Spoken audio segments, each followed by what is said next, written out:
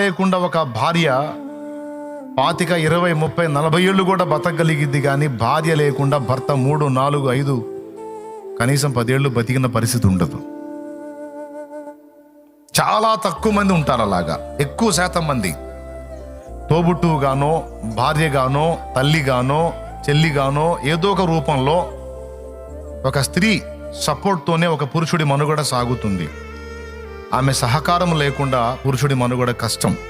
ఎందుకంటే పురుషుడికి ఫస్ట్ నుంచి కూడా అవి తెలియవు.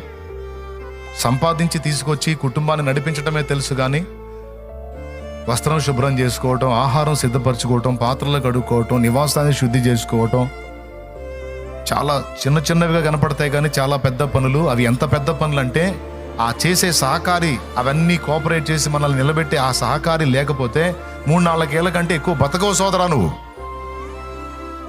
అంత దిగులు, అంత వేదన, ఒంటి పక్షి ఏడుపు అంటే నీ దగ్గరే కనపడిద్ది అది.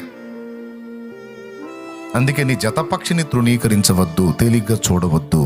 ఆమె దేవుడు నీకు ఇచ్చిన కృపావరాల్లో అతి శ్రేష్టమైన వరం భార్య.